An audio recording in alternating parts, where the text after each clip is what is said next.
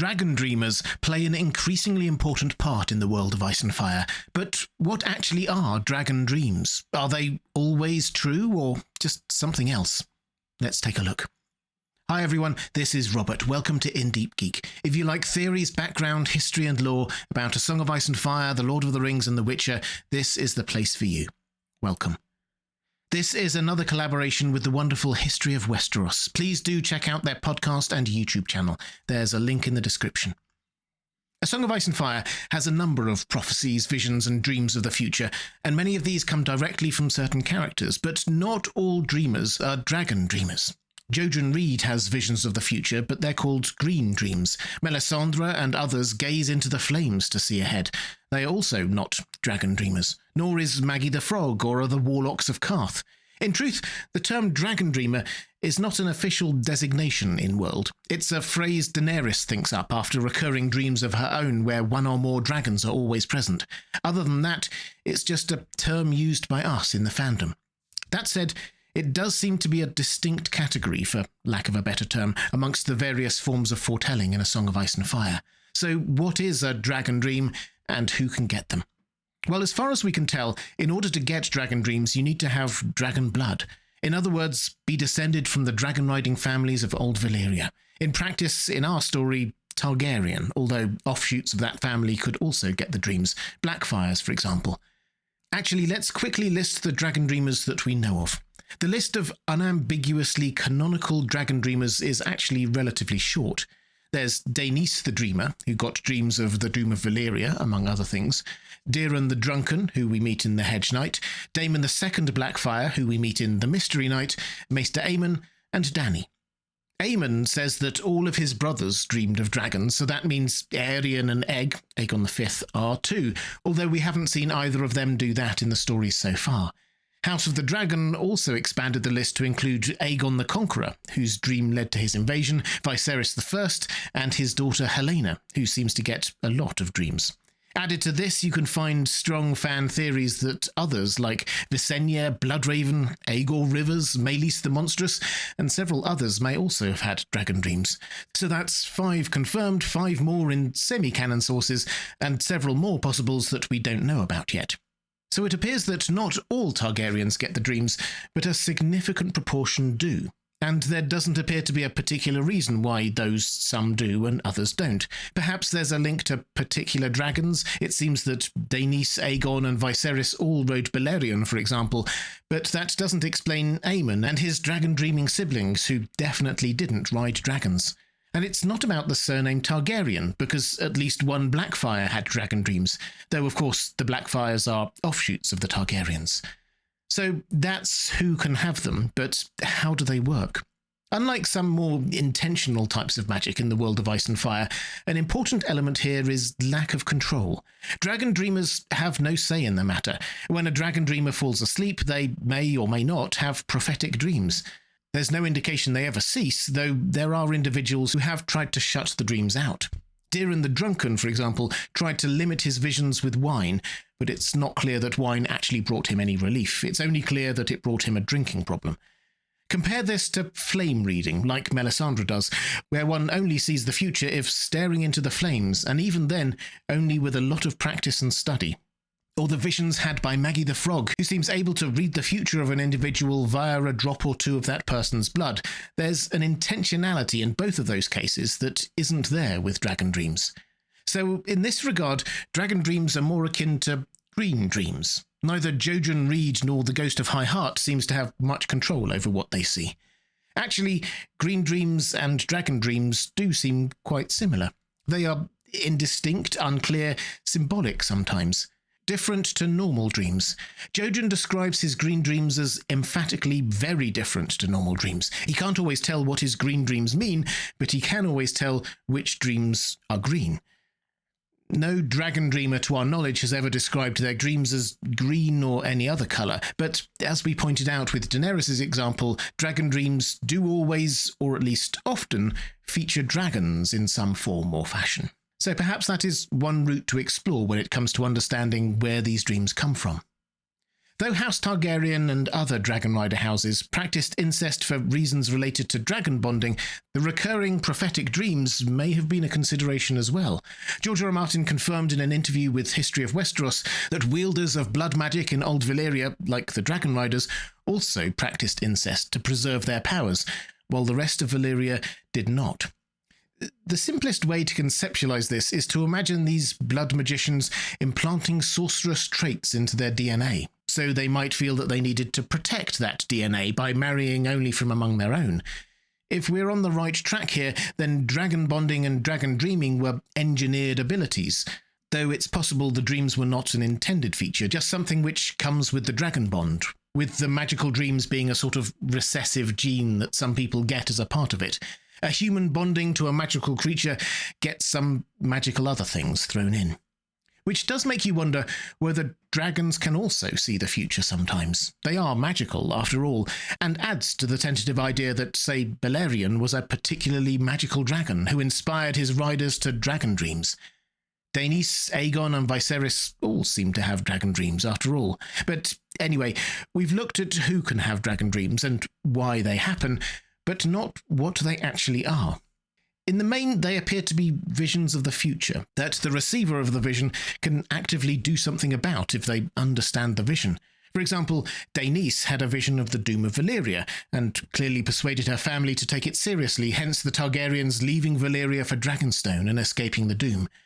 Bloodraven tells Duncan Egg that there have always been Targaryens who dreamed of things to come, since long before the conquest.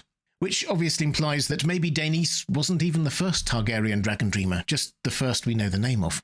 And from her on, it's noticeable that these dragon dreams do, in the main, seem to be pushing the Targaryens down a particular path. First to leave Valyria before the doom, then to invade Westeros, then to rule a united kingdom, then, when the dragons had gone, to hatch dragon eggs, then to act as Azor Ahai Reborn, or the prince that was promised, and oppose the frozen threat from the north. Daenys obviously had her dream about the doom of Valyria, prompting Targaryens to move to just off the coast of Westeros in order to survive. Aegon the Conqueror dreamed of the others, and that a Targaryen was needed to rule the Seven Kingdoms if humanity was to prevail. That isn't written anywhere in the books, but we have it on very good authority that it comes from George R. R. Martin himself. Interestingly, no other Targaryen during the era in which they had dragons is known to be a dreamer. Yes, we have Helena in House of the Dragon and Viserys, but that's not confirmed by George R. R. Martin. Perhaps at that point the Targaryens were largely following the path they should have. They had dragons and were ruling much of the Seven Kingdoms relatively peacefully, at least under Jaehaerys and Viserys.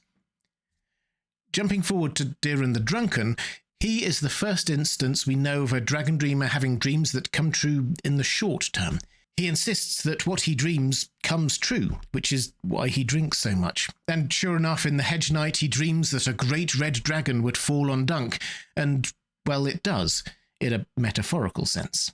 Dragon dreams seem to operate in the same kind of imagery-rich dream world as green dreams. Jojen saw Bran as a winged wolf tied down by chains. Diren sees an actual dragon falling on Dunk, not a Targaryen. John the Fiddler, Daemon II Blackfyre, similarly seemed to see the near future. He says that when he was young, I dreamed it all, just as I once dreamed of my brothers lying dead. They were 12 and I was only 7, so they laughed at me and died. That was about the first Blackfyre rebellion. He further dreamed about Dunk. I dreamed that you were all in white from head to heel, with a long pale cloak flowing from those broad shoulders. That also came true. Dunk did indeed eventually become a member of the Kingsguard, dressed in white. But perhaps even more intriguingly, he dreamed of dragon eggs hatching. He seems to have got the details wrong. The only egg that gave birth to a dragon at White Walls was our beloved Egg, who was in disguise at that point, but basically outed himself as a Targaryen there. But still, at this point, the Targaryens had lost their dragons due to the Dance of the Dragons and, I think, Maester interference. The priority now was to get those dragons back. And from this moment on, the Targaryens seem obsessed with that idea.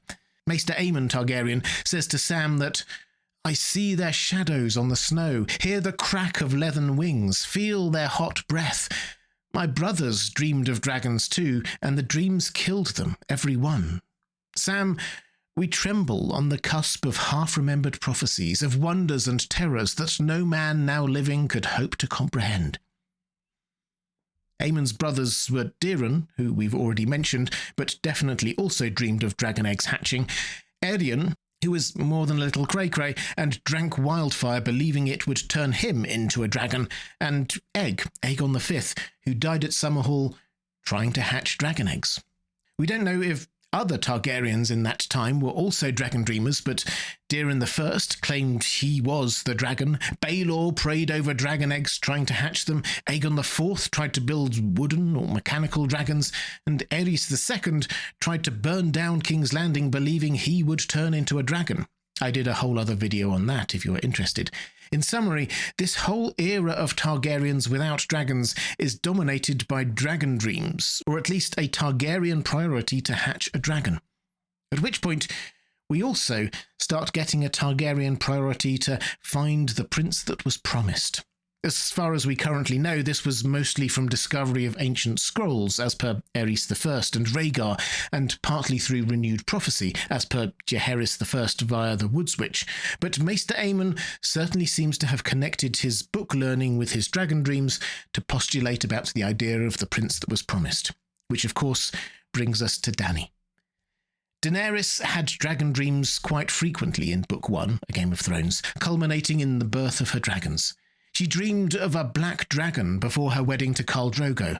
After the wedding, in despair on the Dothraki Sea, feeling unable to continue forward, she dreamt of that same dragon covered in her blood, and of her brother Viserys striking her while yelling, "You woke the dragon," only for him to vanish in flame, to be replaced by that very same black dragon. She embraced the dragon's fire, and awoke refreshed and stronger than before. She noted that the colour of the dragon in her dream matched the egg that eventually hatched Drogon. In time, she put these clues together with the lore she learned from Mirri Maz Duur and with the perfect timing of the red comet overhead, and hatched dragons. It seems that many Targaryen dragon dreamers may have seen a silver-haired hero in their dreams, bringing dragons back into the world through fire and blood, and imagined it was them, with tragic results. This is actually understandable when you dig a little deeper into Dany's dreams. When she lost her son Rhaego, her dreams were fueled by fever and were particularly intense. She dreamed of her back tearing open to reveal wings. She dreamed of what seemed to be her ancestors who demanded she go faster. She obeyed and took flight after the wings grew from her back again. Perhaps Aerion and Aerys and the rest of them dreamed like Dany did, of themselves turning into a dragon amid fire and blood and sacrifice.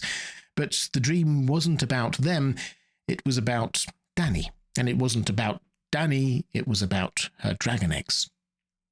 Diran the Drunken and all the other Targaryens who dreamed of their return were right, but those dreams led to many misunderstandings and casualties along the way.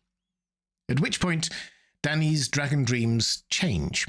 After the birth of her dragons, the black dragon ceased appearing in her dreams, perhaps because it had been born, but she had other dreams with dragons in them instead. In one case, she dreamed she was her brother Rhaegar riding to the Trident, but mounted on a dragon instead of a horse. There, she met the others, or perhaps just a load of whites, and melted them with dragonfire. Very Azor Ahai. The dragons have now returned, so the dragon dreams can return to their central theme of the Targaryens being at the heart of the battle against the army of the dead. And when we say central, we mean Aegon the Conqueror's original vision to conquer and unite the Seven Kingdoms, and also the increasing urgency of the Prince that was promised prophecy, which suggests that a particular Targaryen will be the most important person in that struggle.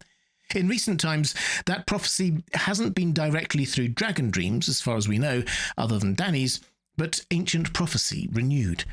Aerys I found something in his scrolls, as did Rhaegar, who read it and decided that he must be the prince that was promised. Then, no, not him, but his son.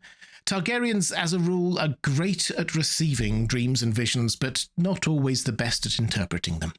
And of course, we have the Woods Witch, Jenny of Oldstone's friend telling the royal family exactly which line the prince that was promised would come from. That Woods Witch, with her white skin and red eyes, was very Bloodraven-coded. Bloodraven, of course, being both Targaryen, so open to dragon dreams, and of the blood of the first men, so more than open to green dreams, perhaps the perfect combination of the two. Dragon dreams have driven the action of the world of Ice and Fire more than perhaps anything else. Kings and queens, princes and princesses alike have seen things, and done wonderful and terrible things because of those dreams. They are undoubtedly true in the sense that what is dreamed does, at least most of the time, seem to actually happen, but it isn't always exactly how the dreamer imagines, and sometimes their truth is more figurative than literal. A dragon didn't actually fall on Dunk. Dany didn't actually sprout wings. As always with George R. R. Martin, what people believe to be true is often more important to driving the actions of the story than what is actually true. In Dany's final A Dance with Dragons chapter, she hears a voice telling her that dragons plant no trees. It's a reminder that dragons are creatures of destruction. They don't create, a difficult thing for Dany to accept. Dragons don't nurture life, they take it. Dragon dreams are aptly named then. Like dragons themselves, dragon dreams herald the coming of fire and blood. Where the dragons dance, people die. But perhaps, just perhaps, they may also be the way humanity survives the second long night. If you'd like to see more A Song of Ice and Fire videos, please click on the link on the left of your screen. Or if you'd like to support this channel, thank you. There's a link to my Patreon page on the right of your screen. That's all for this time. Thanks for watching. I'll see you again soon.